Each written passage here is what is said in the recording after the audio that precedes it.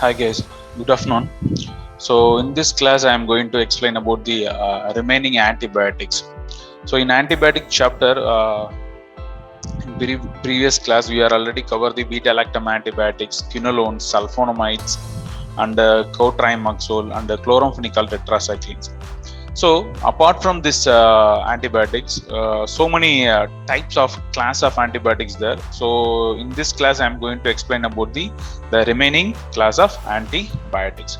So before going to that particular class, I wanna rewind the previous portion. Then easy to pick up this content. So in introduction part, first we know that we must know that what is transcription. So the transcription translation process that's responsible for the protein synthesis purposes. So from the DNA, the single strand mRNA is going to form. The process is called as transcription process. So after the mRNA is formed, it's coming out from the nucleus. If it is eukaryote, means it's coming out from the nucleus. If it is prokaryote, means no nucleus is there. So from the DNA, it's just RNA is coming out. So it's going to bind with the ribosomes. The ribosomes is responsible for the production of protein synthesis. So this is a transcription. So this is a ribosomes. In eukaryotic ribosomes and prokaryotic ribosomes, that's totally different. Eukaryotic ribosomes is called as ATS ribosomes. So here we are not going to bother about eukaryotes because we are going to deal about only bacteria. So it is prokaryotic ribosomes. So the prokaryotic ribosomes, it's called as 70S ribosomes. So it's having a two subunit. One is 50S subunit, another one is 30S subunit. So from the based upon mRNA, based upon the codon region, the tRNA is coming in and bind with the codon region. Codon and anticodon region is going to bond. So the DNA is going to donate amino acids. So one by one, based upon the mRNA codon region, the tRNA is going to bind. So it's going to donate the amino acids. So the amino acids are arranged. It's become a chain. So that chain is called as protein substance. So this is a sequence process. This process is called as translation process. So this is protein synthesis, overall protein synthesis process. So in antibiotics, in prokaryotes, the protein synthesis is vital for the survival mechanism. So our antibiotics is going to inhibit that process, protein synthesis process, by different mechanisms. So you can see here, this is an overview diagram. So this is a prokaryotic ribosomes and protein synthesis process.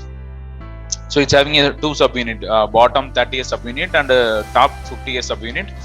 So in 50S subunit, it's having a three region: acceptor site, binding site, and exit site. So you can see here, based upon the codon region, based upon the codon, mRNA codon, the tRNA is going to bind with the codon region. So it's going to donate the amino acids. So acceptor site, the tRNA is coming, then in binding site is going to bind together. So it's going to donate the amino acids. So at the same time, the amino acids become chain is going to growth. Chain is going to elongate. So the process called as translocation process, translation and translocation process. So our antibiotics, you can see here, chloramphenicol and macrolytic antibiotics, lincomycin, all those drugs, it's going to inhibit the protein synthesis process. Either it's act on in different way. Someone is acting on 50S ribosome, someone is acting on 30S ribosome, someone is acting on 30S ribosome, particularly in subunit. It's lead to misreading. So that's a concept. So overall, it's going to bind with the 70S ribosomes, inhibit the protein synthesis. That's a simple line mechanism. That's also correct. If you want a more deeper, if you want a more clear point, means you can write where it is going to bind. Either it is 30S or 50S. You can write based upon the antibiotics. Okay. So in previous class, we have already seen the chloramphenicol and tetracycline. So yeah, the chloramphenicol and tetracycline. Chloramphenicol is going to bind with 50S subunit. It's going to bind with 50S subunit. Because of that, it's produced the antibacterial effect. So major ADR, gray baby syndrome, and it's also is going to inhibit the hepatic microsomal enzyme and clinical usage. All those things we have seen. Tetracycline is going to bind with 30S. Chloramphenicol is going to bind with top part. 50s part, but tetracycline is going to bind with 30s part. So then remaining pharmacokinetic parameters, ADR, all those things we have seen in last class itself. Okay, so in this class I am going to explain about the macrolides.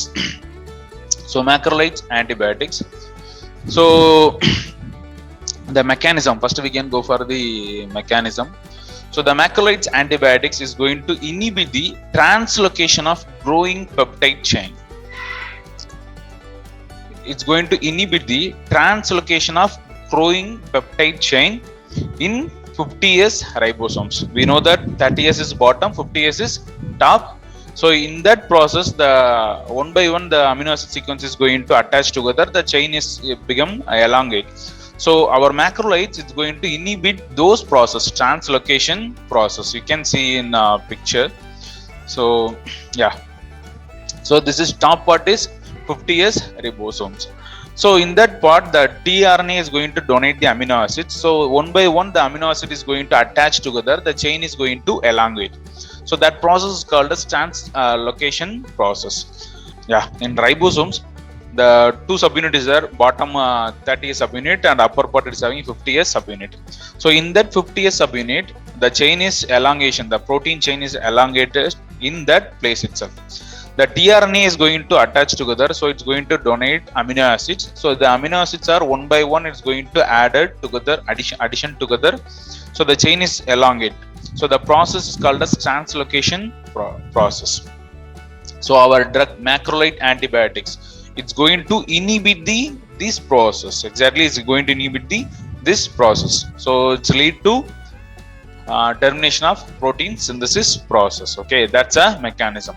So in bacterial ribosomes, it's a 70s ribosomes. In that subunit, 50s subunit. So that is responsible for the translocation process. So mechanism is our drug macrolides is going to inhibit the translocation by inhibit the 50s ribosomes in bacterial ribosomes, 70s ribosomes. That's a concept. So the next one is spectrum of activity.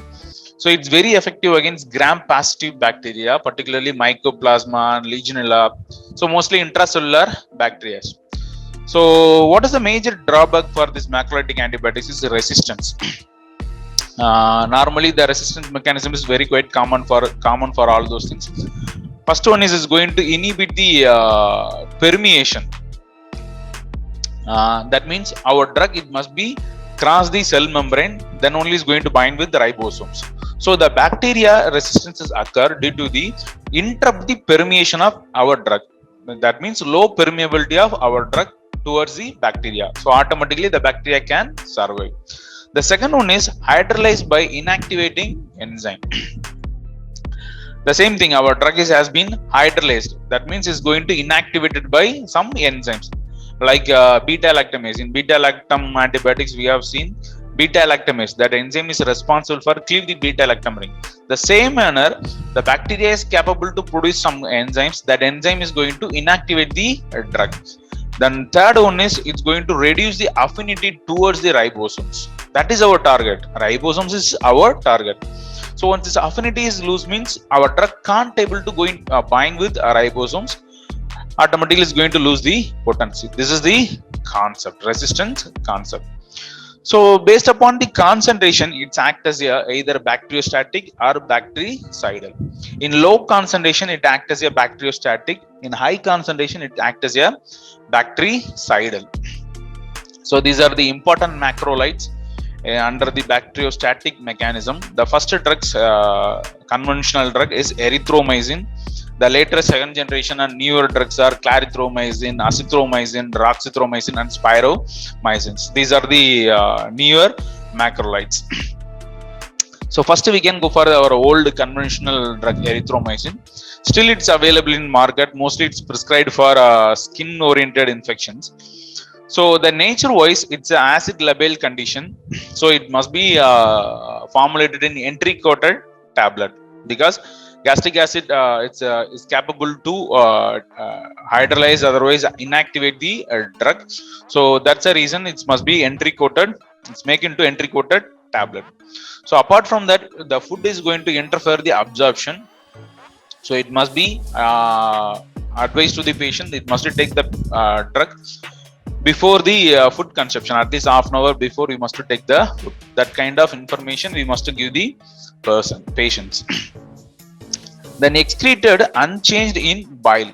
So if it is excreted through bile, means it definitely is going for enterohepatic circulation, because the bile is enter into the bile secretions enter into the GAT. So once again the drug is enter into the systemic circulation. So it's available in oral formulation and parenteral formulation. Mostly it's nowadays it's available in oral formulation. The second important point is it's having a capability for enzyme inhibitor mechanism, microsomal enzyme inhibitor. That means some of the enzymes is may vital for metabolic of so many drugs. So our drug is going to inhibit those enzymes, means automatically what's happened is going to inhibit the metabolism of some other drugs. It's going to contraindication with some other drug. So that's an important point. It's going to inhibit the microsomal enzymes. So these macrolides are widely distributed body except brain and CSF. So that's why I said mostly these macrolides, erythromycins are prescribed for the skin-oriented infection. Throat infection also they can prescribe. Mostly the skin-oriented infection, most commonly they are prescribed. So spectrum, it's very effective against this kind of this type of strains. And ADR, it produces the hepatitis and cholestatic jaundice, hepatic failure. So one important interesting thing is that it is act as a motilin receptor agonist. So motilin means is a natural endogenous substance. It's responsible for peristaltic activity. It's going to increase the intestinal motility. So our drug erythromycin also, it's act as a motilin receptor agonist. So automatically our drug erythromycin is going to increase the intestinal motility. So cardiac arrhythmias in CVS patients also has been reported, and it's produced the hearing impairment, but it's reversible. So drug interaction wise, as far as I said in last slide, it's a enzyme inhibitor capability is there. Erythromycin or clarithromycins is going to inhibit the microsomal enzymes. Maybe those enzymes are responsible for metabolism of some vital other drugs. The example you can see here, the digoxin or warfarin, theophylline, valproate. These all those drugs comes under the narrow therapeutic index drugs. So already these drugs may produce a toxicity because the therapeutic drug monitoring is must due to the narrow therapeutic index. So in those cases, if you take this erythromycin, means what's happened is going to inhibit the enzymes, metabolic enzyme, which is responsible for metabolism of these drugs, digoxin or warfarin. So what's the net result? This drugs, digoxin, warfarin, it's not going to metabolize. So the plasma level is going to remain. It's not at all is going to metabolize, never is going to eliminate. So what's happened? The therapeutic effect is going to more extension is may happen. So it may produce the toxicity. If it's a digoxin means it's produce cardiotoxicity. Warfarin means we know that if it is already it's a more high contraindicative drug for most of the drugs. So in drug interaction, this is very important points. The next one is therapeutic usage. It's very used in the treatment for atypical pneumonia, whooping cough, diphtheria, syphilis, gonorrhea, anthrax, tetanus. So all those things in previously they are used, but nowadays mostly it's used for common skin infection, and it's made caused due to the streptococcal and staphylococcal infection. Means in that case our erythromycin is very effective. So newer macrolides, the drugs are such as roxithromycin, clarithromycin, azithromycin. These are newer macrolides. When compared to conventional, it's having some fewer side effects. Example, nausea, vomiting, allergy, hepatitis, ototoxicity. It's a common thing. So as usual, the same thing. Interaction of the cytochrome P450 enzyme, same enzyme inhibition is same, microsomal enzyme inhibition. So drug interaction also is mostly possible. So roxithromycin, it's a longer acting when compared to other category other drugs. Roxithromycin is long acting, acid stable. And previously that erythromycins are acid labile nature, but this is acid stable in nature. more potent, but it should be taken before 30 minutes for food consumption because it may interfere with the presence of food. So it is a wonderful drug of choice for alternative for erythromycin. In such case, erythromycin is allergy with some cases patient means those patients we can try the azithromycin. Then clarithromycin is also structural similar to erythromycin. Drug interaction also same, but what's a major usage for clarithromycin means it is used in the treatment for H. pylori mediated ulcer. Maybe in your second year you have studied GAT, gastric ulcer. It may cause due to the this bacteria also H. pylori. It may cause the inflammation mediated ulcer. So for those case we must use the antibiotics and proton pump inhibitor, anti-secretory drugs, ulcer healing drugs. So those combination therapy is only beneficial for H. pylori mediated ulcer cases. So the clarithromycin we can include for the HP, and apart from that it's also used in the treatment for Mycobacterium TB cases we can use. Yeah, azithromycin also. Azithromycin is effective against the MAC acid stable cases. That means Mycobacterium avium complex case. Resistance cases we can use the azithromycin. Rapidly absorb, long acting nature, better tissue penetration also there. The TF is 3 days and free from drug interaction when compared to erythromycin. The drug interaction is somewhat minimal and it's very effective in respiratory and genital and in skin infection cases. And in those who are TB case, they are HIV patients along with their TB is there means. So in prophylaxis manner we can give the azithromycin to prevent the such kind of respiratory tract infection things. So next category drugs are ketolites. These are modified macrolides. The drugs are telithromycin. It's a semi-synthetic derivative of erythromycin.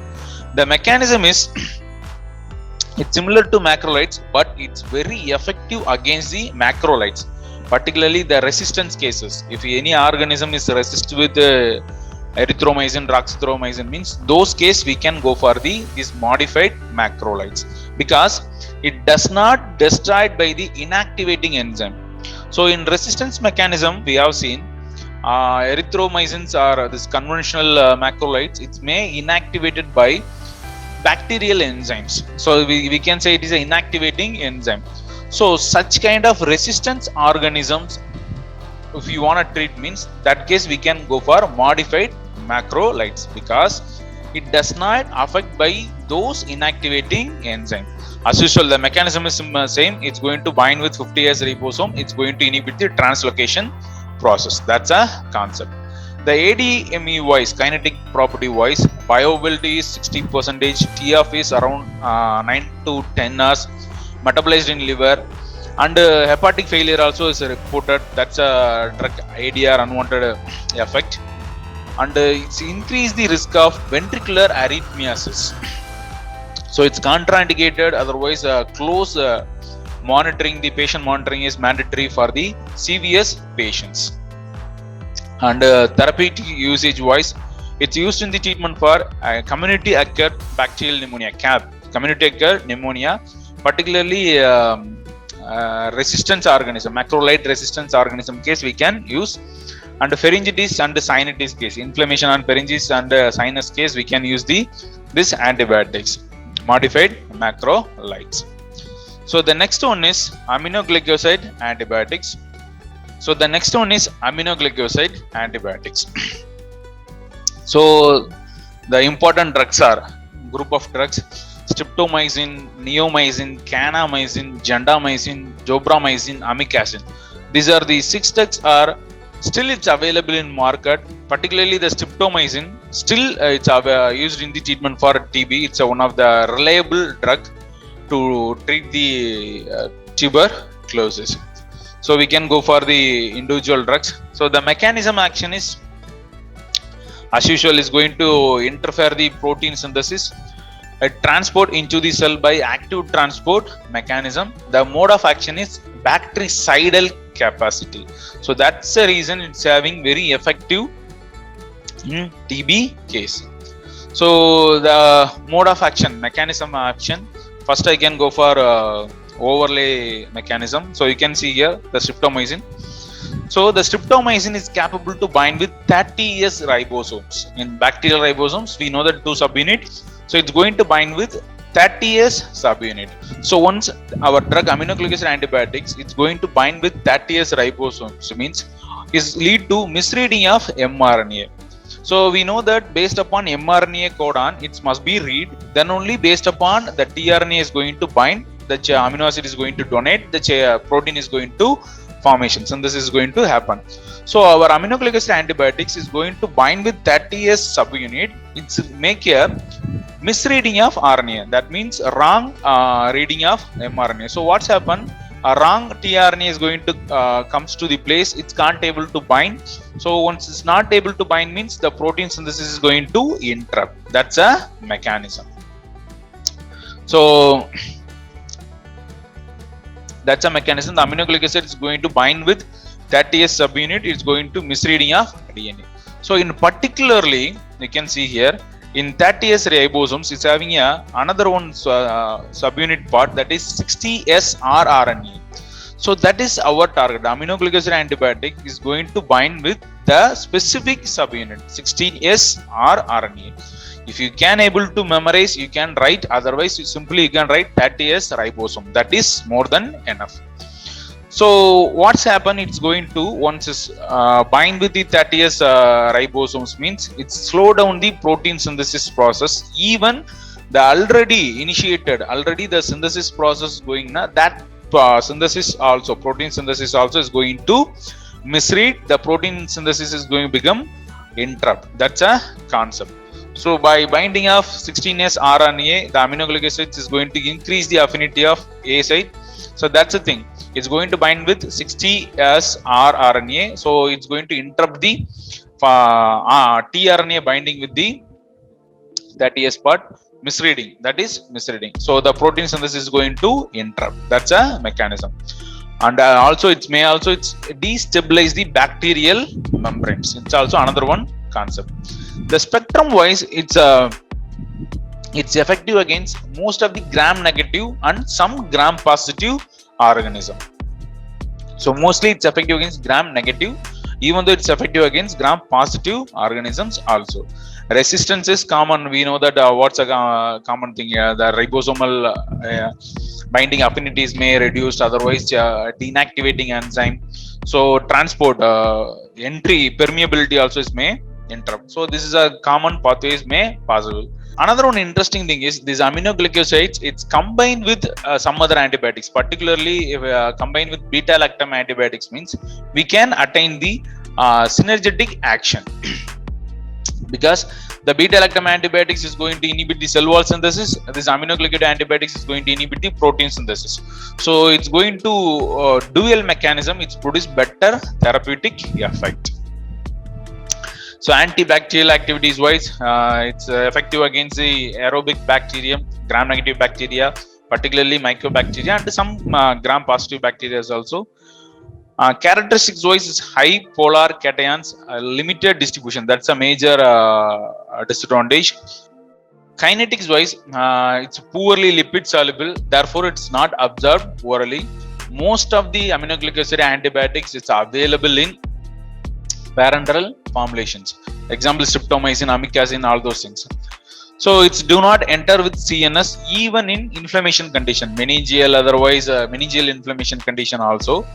For those conditions also, our drug can't able to cross the BBB. It do not enter into the CNS.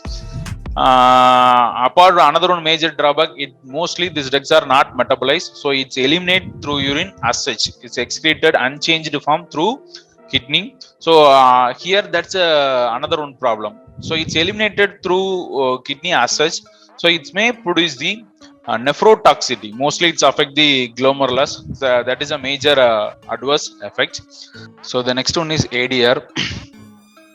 So even though aminonucleic acids are very effective, it's very effective against the gram-negative or gram-positive bacteria. It's having more toxic.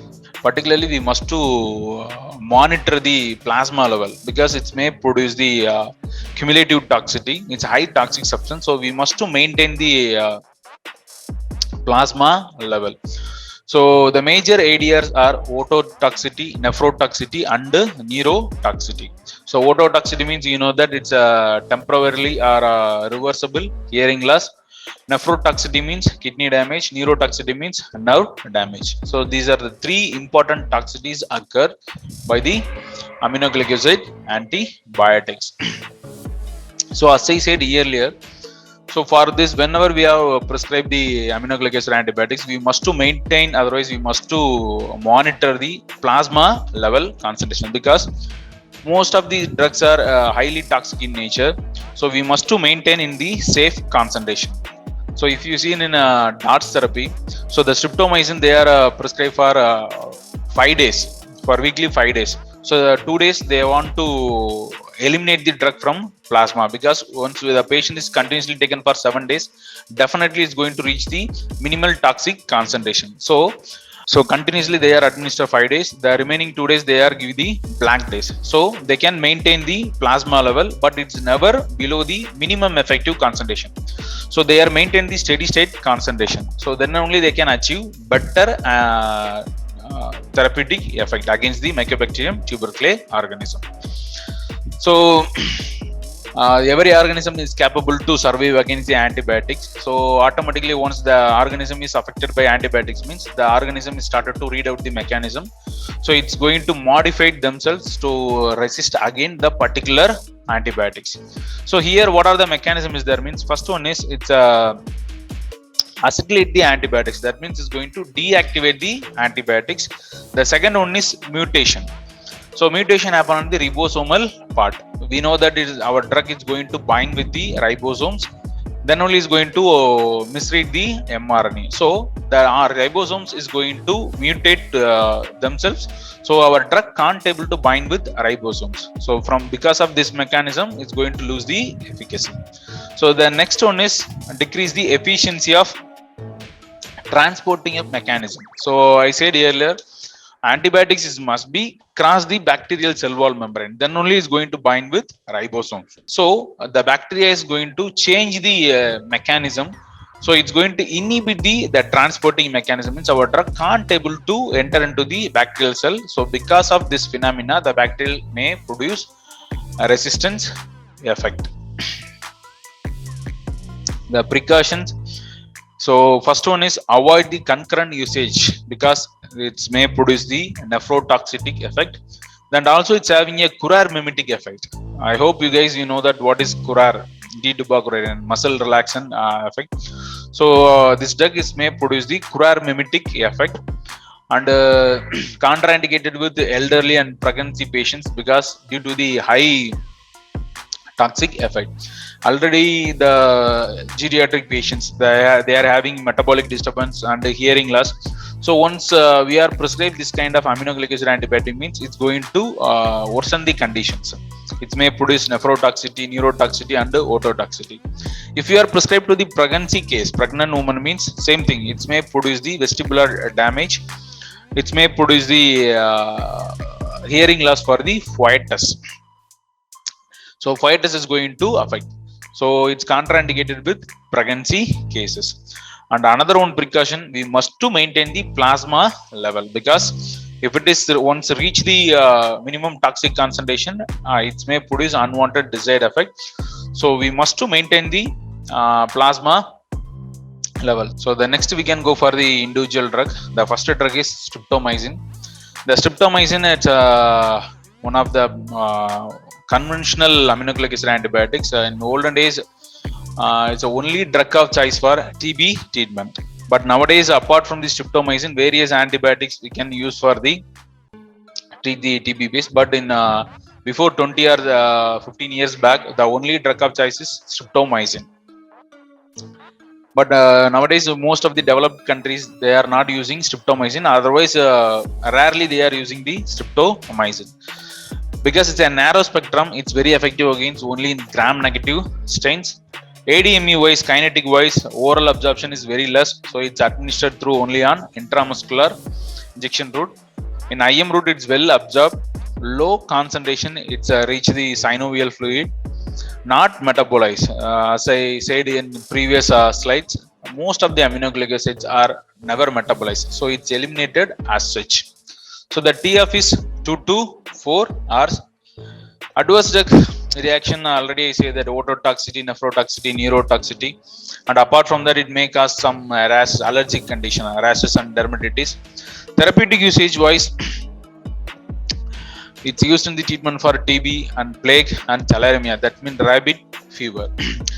It's a UTI, it's used in the treatment for urinary tract infection, peritonitis, septimiosis condition.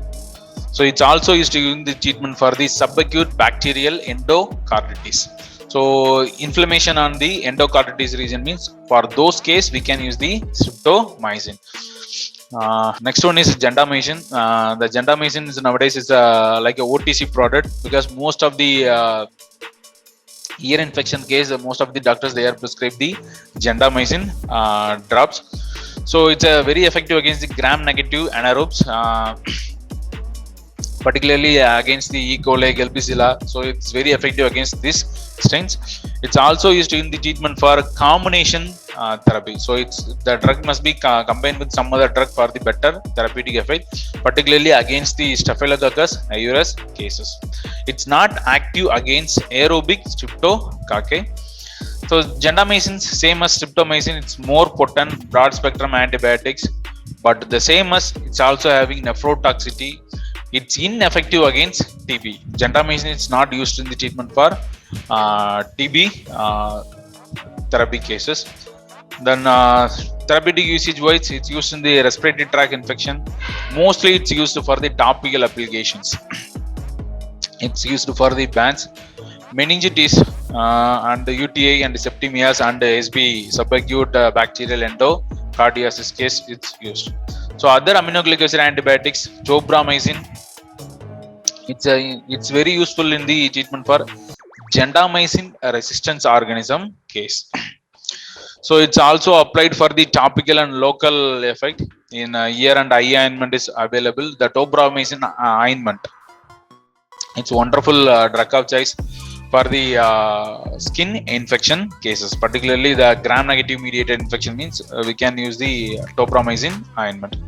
So the next one is amikacin. It's a semi-synthetic derivative of kanamycin. It's a wide spectrum of activity. It's resistant towards the inactivating enzyme.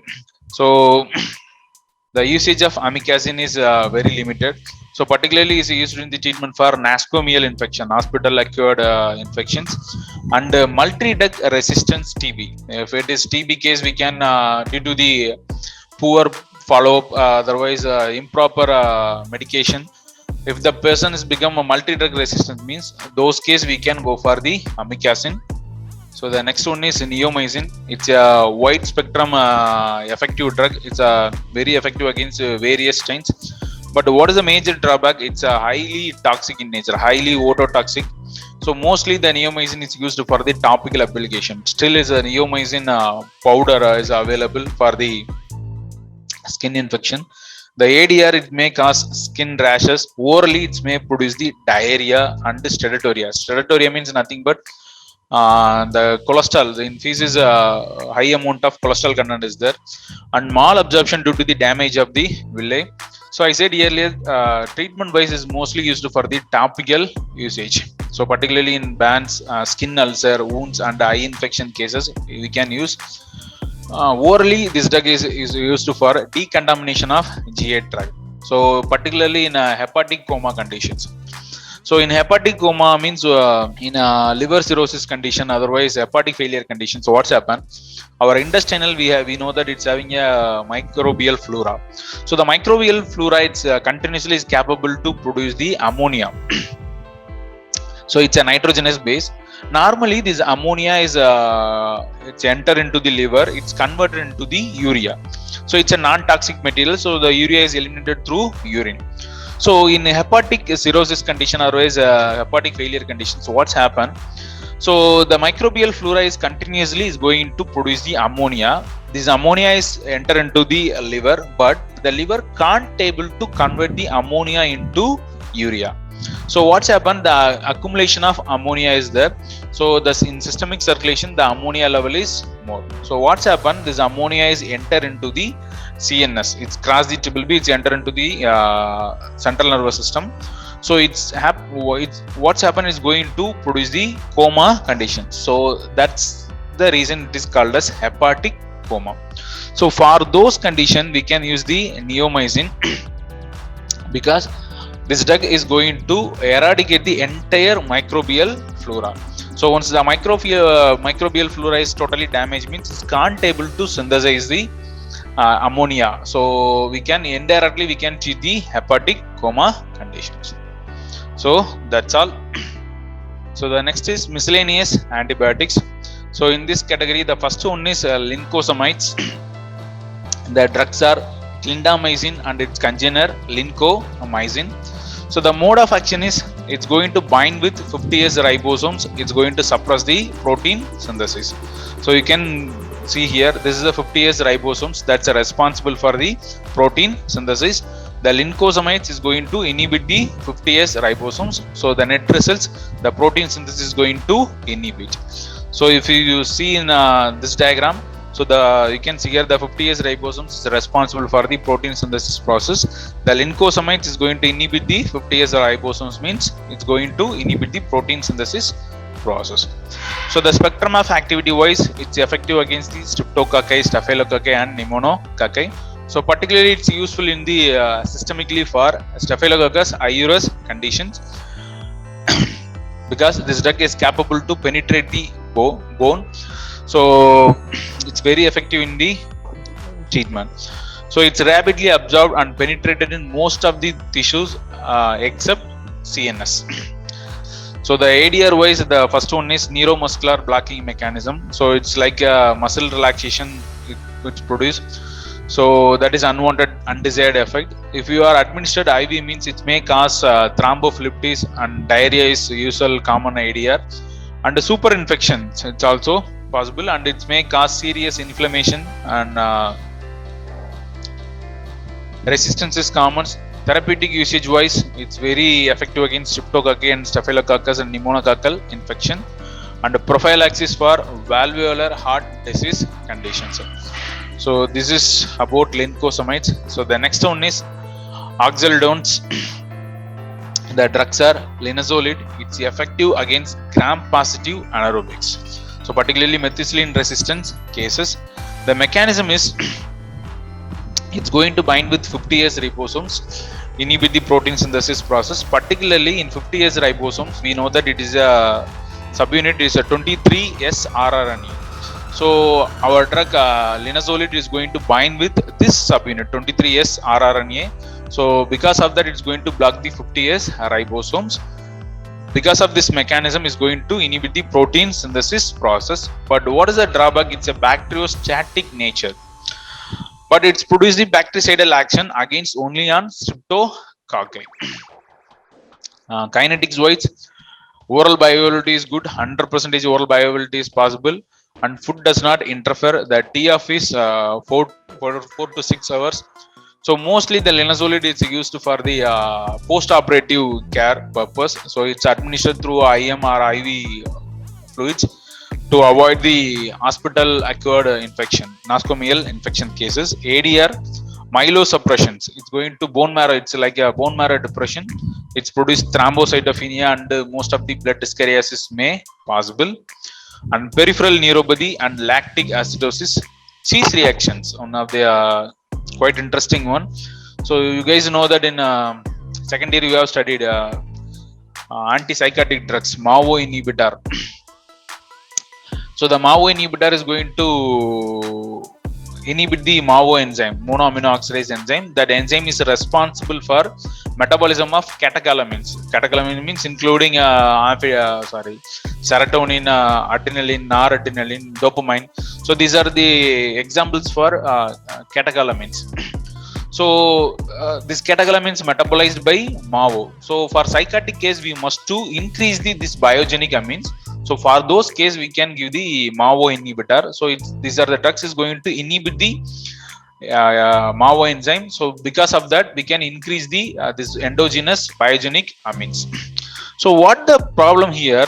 So once we are given this inhibitor, the MAO enzyme inhibitor means the catecholamine substances can't able to metabolize. So that case, if you take this catecholamine substance like cheese, because cheese is containing more amount of tyramine. So if you take this cheese substance, means it's having more amount of tyramine. So the tyramine also can't able to metabolize because it's metabolized by MAVO. His MAVO is blocked by MAVO inhibitor. So those case, at those times, what's happened? The tyramine is produced, increase the epinephrine like adrenaline activity. So that reaction is called as cheese reactions. The same cheese reaction is produced by this drug linezolid.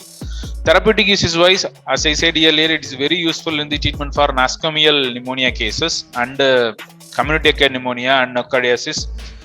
Mostly it's used for the soft tissue and skin infection cases, septemias, and multi-drug resistant TB case also we can use the linezolid drugs. So that's a concept. So as I said earlier, whatever we can use antibiotics, the bacteria also it's capable to survive. So what's happened? The bacteria is continuously acting against the antibiotics. So by different strategy. So first one is going to decrease the penetration of antibiotics. So that's the first mechanism, because antibiotics must be penetrated from extracellular to intracellular, then only it's going to bind with ribosomes. So the first strategy is going to inhibit the entry. The second one is alter the target antibiotics, because our target, particularly this case, protein synthesis case, our target is ribosomes. So the ribosomal enzyme is going to mutate themselves. So what's happened? Our drug can't able to bind with ribosomes. So the mutated ribosomes continuously is going to carry out the protein synthesis. The bacteria survive. So third one is inactivation. The bacteria it's produce some kind of enzymes. That enzymes is capable to inactivate our antibiotics. So the mostly the bacteria is taken this three strategy to inactivate our drug, otherwise survival mechanism. So next antibiotics is glycopeptide antibiotics. So the drugs are vancomycin. Then derivatives are telavancin and talfavanacin. It's a lipoglycopeptides drugs. It's very effective against the gram-positive organism. The mechanism is same like beta-lactam antibiotics, is going to interfere the bacterial cell wall formations. So it's going to bind with peptidoglycogen chain. It's prevent the elongation, but beta-lactam antibiotics it's going to prevent the cross linkage of peptidoglycogen. Here it's going to prevent the chain elongation. So the net result is going to interfere the bacterial cell wall formation. It's undergo the cell lysis. So kinetics wise, not absorbed orally. So it must be administered through IV, excreted through kidney. ADR is similar to aminoglycosides acid antibiotics. It may produce three toxicity: nephrotoxicity, neurotoxicity, and ototoxicity. So plasma monitoring, plasma level monitoring is very mandatory. Another one important ADR is if you are administered through IV, it must be administered through slow IV. If you are administered very fastly, means it may produce Redman syndrome. So what is Redman syndrome means? This drug is entered into the systemic circulation. Immediately the mast cells is going to rupture, because it's a bacterial product. So mast cells it's considered as a foreign substance. Immediately the mast cells is going to rupture. It's release enormous amount of histamine. So once the histamine release, means we know that the triple response, flush flare effect, peeling effect. So it's produced the flushing effect. So the person is become totally red in color. The scenario is called as Redman syndrome. So apart from that, we know that it's produced in nephro and neuro and ototoxicity. That's quite common. Therapeutic usage wise, it's used in the treatment for resistant cases, particularly Staphylococcus aureus case, and the prophylaxis in the treatment for endocardiasis. And apart from that, it's used in the treatment for penicillin resistant pneumonia cock infection and methicillin resistant Staphylococcus aureus infections. So resistance common. The next derivative drug is teicoplanin. It's similar but less toxic. It's administered through IV. Ototoxicity and treatment for the osteomyelitis and endocarditis. The next one is polypeptide antibiotics. The drugs are polymyxin B. It's effective against gram-negative bacteria. Mostly it's used in the treatment for topically, because in systemic administration this produce very severe toxicity. So the adverse drug reaction also same. It's like a NMJ blocking mechanism, Nero blocking mechanism. So Curare mimetic effect, neurotoxicity, nephrotoxicity is same. So what's a mechanism here? It's going to alter the permeability of cell membrane.